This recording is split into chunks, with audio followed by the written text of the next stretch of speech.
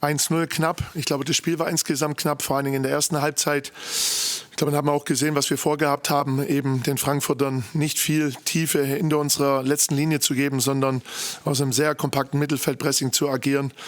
Das zentrale Mittelfeld auch Mann gegen Mann zuzustellen, im Spielaufbau ihnen Überzahl zu gewähren, um das dann auch immer wieder geschickt wegzulaufen. Das ist uns gelungen. Warum? Weil Frankfurt in der ersten Halbzeit im Prinzip keine einzige richtige, klare Torchance hatte, abgesehen von den 2-3 Standards kurz vor der Halbzeit. Zur Wahrheit gehört aber auch, wir hatten weite Wege nach Balleroberung, am Anfang noch mit Ballverlusten, zu schnellen Ballverlusten. 2 Eckbälle, ein Freistoß, die aber keine Gefahr gebracht haben. Auch in der zweiten Halbzeit war es ähnlich, weil beide Mannschaften gleich agiert haben. Natürlich ärgerlich, dass wir dann durch einen Standard in einen Rückstand geraten, weil wir zweimal im robusten Verteidigen den kürzeren ziehen, sowohl beim quergelegten Ball von Koch als dann auch beim Torschützen. Da kann man natürlich nochmal ganz anders reingehen. Das sind dann diese kleinen Fehler, die dann bestraft werden. Danach war es logischerweise ein anderes Spiel. Wir hatten die Chance zum 1-1, haben wir auch gemacht. Sissi Conte hat nicht lange Zeit gebraucht mit seinem Tempo. Minimal abseits. Wahnsinn für uns, dass dann auch noch das Pech dazukommt, dass wir den Ausgleich nicht machen. Eren Dinkci danach noch mal eine gute Chance. Dann der Platzverweis von Koch. Dann hatte in Unterzahl, muss man fast schon sagen, die Frankfurter die besseren Chancen, weil sie 2-3 Konterchancen hatten, weil wir versucht haben, sehr offensiv zu agieren, ohne aber dann gerade in der Überzahl zu klaren Chancen zu kommen. Von daher nochmal ein enges Spiel, ein enges Ergebnis. Wir müssen heute hier nicht unbedingt als Verlierer vom Platz gehen, haben wir aber, und deswegen sind wir auch leider heute enttäuscht. Herr Schmidt, vielen Dank für das Statement. Albert, congrats for the home victory. How did you see the game? Well, first I want to start with a legend and the colleague that I have close to me. Before the game I had the pleasure to know him personally, because I didn't know him personally. I know him only as a coach. And as I was asking him, how can you do it during 18 years? Because the point is, with the information that we have in a modern football, 18 years, they know you exactly what you're going to do. Exactly. So to be 18 years in the same team and at this level, and you need to not to invent, but you need every year to progress. You need to rethink how to do it, because they know you a lot, and at the level that we are, with all the information, with all the analysis that we have, so no easy. So a few words for compliments for as a coach, that you are an inspiration for many of us. Because I repeat again, when you are new, for example, with me, I'm new and you don't know, you have some surprises, but after 18 years you will say, Albert, you don't know else what to do. So compliments. And the other one is as a person, because really I didn't know him personally, and it's someone that is an example also personally. Okay, so I wanted to start with this. And after, about the game, I will be brief, because I will listen on what you are interested about the game. But for me, it's simple. The first half, we knew that we're going to be dominant. We knew that they will wait in a low block and waiting for our mistakes when we lose the ball. We were preparing the week like this. We needed to be fast with the ball. We were talking a lot against man-man situations, and especially they will close us a lot inside to be better with the ball than last week.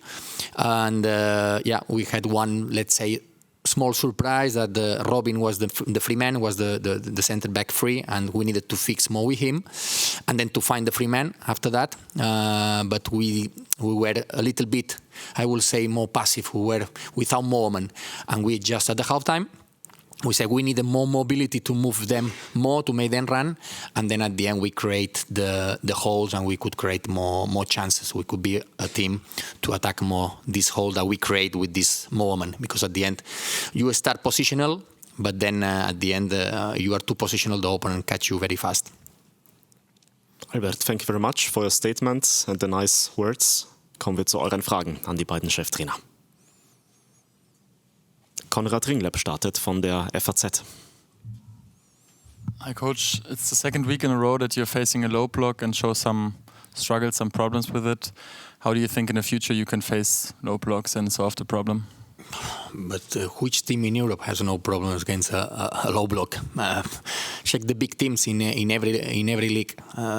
Manchester City in England, Barcelona in Spain.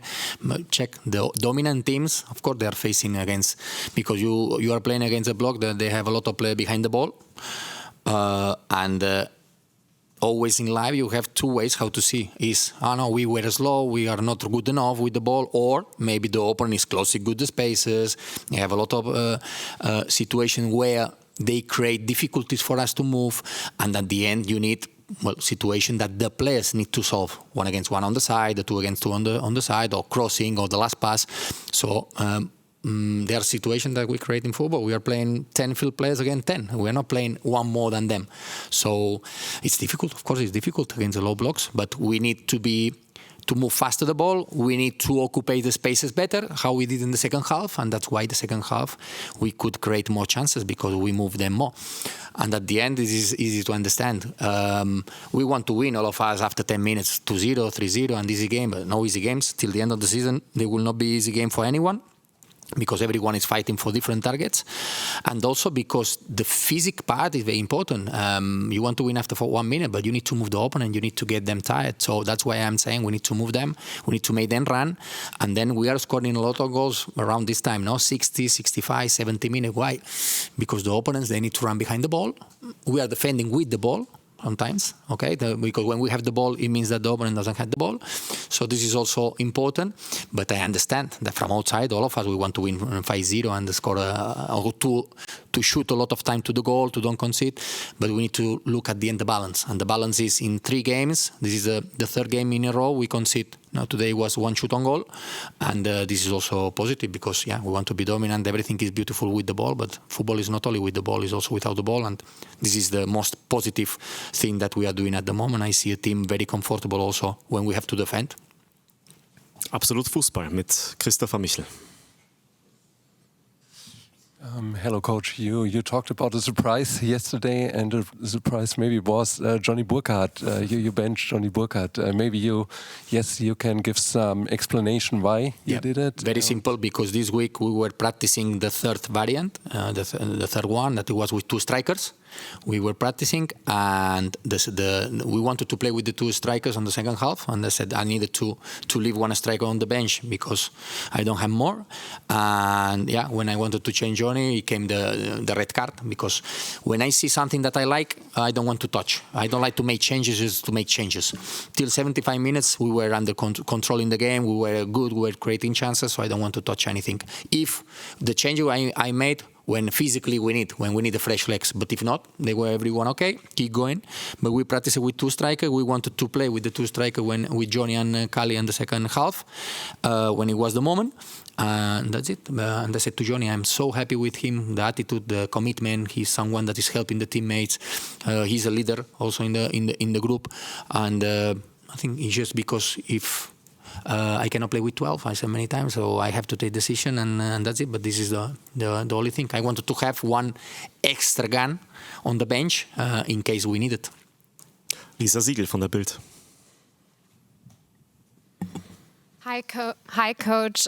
Mario Götze didn't start for the 2nd game in a row. What is the reason behind that decision? Because every game has different difficulties, because every game is different. And when I need the conditions of Mario, I play with Mario. When I need the condition of Fares, I play with Fares. The same with Doan. Today we needed his condition because we wanted to take out of the position the center back, and with his left foot to have more options. It depends of the opponent. We adapt to the opponent. So always I'm saying, and my colleague will agree with me, we don't play with the best players of the game. You play with the best player for this game. So every week is different, every game is different, and I decide today like this, but I'm totally satisfied with all the players. Gehen wir zum Kollegen hier in der 3. Reihe und dann zu Sonja Pahl von FFH. Hi, Edgar Deibert, Heidenheimer Zeitung. Eine Frage an Herrn Schmidt. Vor dem 0:1 ging Benedikt Gimber im Strafraum zu Boden nach einem Zweikampf. Wenn ich Sie richtig verstanden habe, da haben Sie jetzt keine Zweifel, dass es vielleicht ein Foulspiel gewesen sein könnte?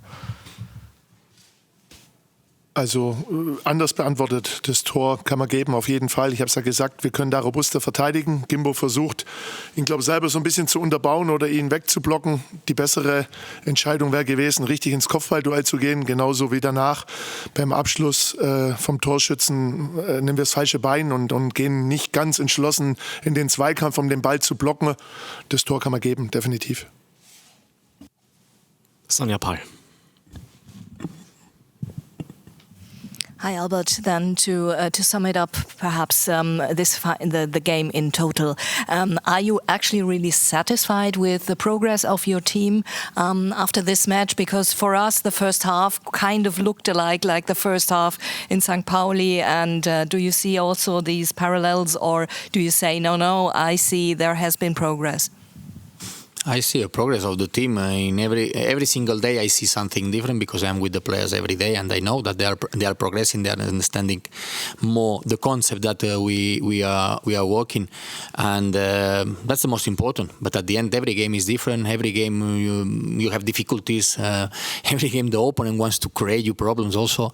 So sometimes we are looking in ourselves. We are not doing good enough, but the opponents also they are doing good things. So at the end, in general. I'm satisfied. I'm happy, but never is enough. And we have to think like this. We have to be critical with ourselves. Of course, we can do better, and we are on the way to do better. Yeah. Christopher Michel. Herr Schmidt, ich würde trotzdem noch mal gerne auf diese Abseitssituation eingehen, jetzt mal losgelöst von dem Spiel. Auch selbst Namdi Collins musste lachen und sagt so, vom Fußballherz her, nein, das darf man eigentlich nicht pfeifen. Wie geht es Ihnen so generell? Wie stehen Sie generell zu diesen ganzen Schiedsrichter-VAR-Debatten? Und ja, wie ist da einfach Ihre Meinung zu? Weil der Fußballfan sagt eher, das war schon, was war da überhaupt abseits? Naja, also wenn es nach Herz gehen würde, hätten wir wahrscheinlich wirklich ein paar Punkte mehr. Das wäre uns natürlich recht. Aber am Ende ist es eine faktische Entscheidung, was die wenigsten wissen. Das ist ja nicht, dass da jemand einen Knopf drückt, sondern das ist zumindest halbautomatisch und computergesteuert. Am Ende hat man sich dafür entschieden und muss dann auch an die Technik glauben und nicht in dem Moment, wo es dann knapp gegen eingeht, sagen, ja, aber ich hätte es gern lieber ohne. Das sind die Voraussetzungen. Ich habe eins schon immer in meinem Leben so gehandhabt, wenn die Dinge klar benannt sind, dann muss man sich danach richten, auch zu akzeptieren. Gleichwohl ist es, wenn man es dann sieht, dieser Fingernagel abseits oder ja, die Schulter, die Linie, wo da gelegt ist, natürlich sehr bitter für uns. Ich bin kein Befürworter dafür, wenn es dann entgegenläuft, dann alles sofort in Frage zu stellen, sondern es gab darüber hinaus genügend Zeit in einem Fußballspiel, um ein paar Dinge besser zu machen, mit ein bisschen mehr Glück, dann wenn er den Ball im 16er trifft, dann auch da den Ausgleich zu machen. Von daher, wie immer, das beeinflussen, was man selber beeinflussen kann. Das ist die Leistung auf dem Platz und Vertrauen schenken in dem, wo sich viele Menschen viele Gedanken gemacht haben. Der Kollege von der Heidenheimer Zeitung, bitte. Herr Schmidt, jetzt sind Sie als Sportler natürlich heute enttäuscht. Wenn man jetzt aber den Vergleich zieht von vor 2 Wochen nach Bremen, wie da die Mannschaft auch von den Fans nicht empfangen worden ist, heute schon, ist schon ein großer Unterschied, oder? Festzustellen. Zu 100%, nicht nur im Vergleich zu Bremen, auch zu letzter Woche, wo wir eben nicht gut verteidigt haben und dann 3-0 hinten lagen kurz nach der Halbzeit. Ich finde schon, auch in unserer Situation muss man es dann auch erstmal so hinbekommen, dass jeder genau seine Aufgabe weiß und dann auch weiß, was die Stärken vom Gegner sind und die rauszunehmen. Das lag an uns, dass wir einfach da keine Räume angeboten haben. Sicherlich auch Frankfurt vielleicht jetzt nicht in der ersten Halbzeit in jeder Situation bereit war, maximales Risiko zu gehen. Und deswegen, glaube ich, war es der richtige Ansatz. Man zahlt immer ein, natürlich dann in weite Wege und in dem einen oder anderen zu frühen Ballverlust, wenn man so spielt. Aber nach den letzten Spielen war es einfach wichtig, auch nochmal ein paar Dinge zu verändern. Taktisch gesehen, auch nochmal personell gesehen, versuchen da mehr Stabilität reinzubekommen. Und nochmal, ich finde, am Ende ist das Spiel 1-0. Ich habe die 2-3 Konterchancen gesehen von Eintracht Frankfurt, davor aber kaum eine klare Torchance. Und wir waren so nah dran, dann einen Punkt mitzunehmen. Aber ich hab mir immer überlegt, jahrelang, wo ich Trainer war, was erzählen die immer, wenn Mannschaften unten drin stehen, dass sie immer so viel Pech haben und dass das immer gegen sie läuft. Jetzt spüre ich es und erlebe es mit meiner Mannschaft, dass es tatsächlich dann auch so ist. Heute war ein Auswärtsspiel, das man nicht 1-0 verlieren muss, sondern einen Punkt mitnehmen kann. aber ja, sollte nicht sein. Gibt es abschließend noch eine Frage? Nein, scheint heute alles beantwortet zu sein. Danke an euch, danke an Albert Riera und Frank Schmidt. Herr Schmidt, Ihnen und dem FCH alles Gute für die restlichen Saisonspiele. Dankeschön.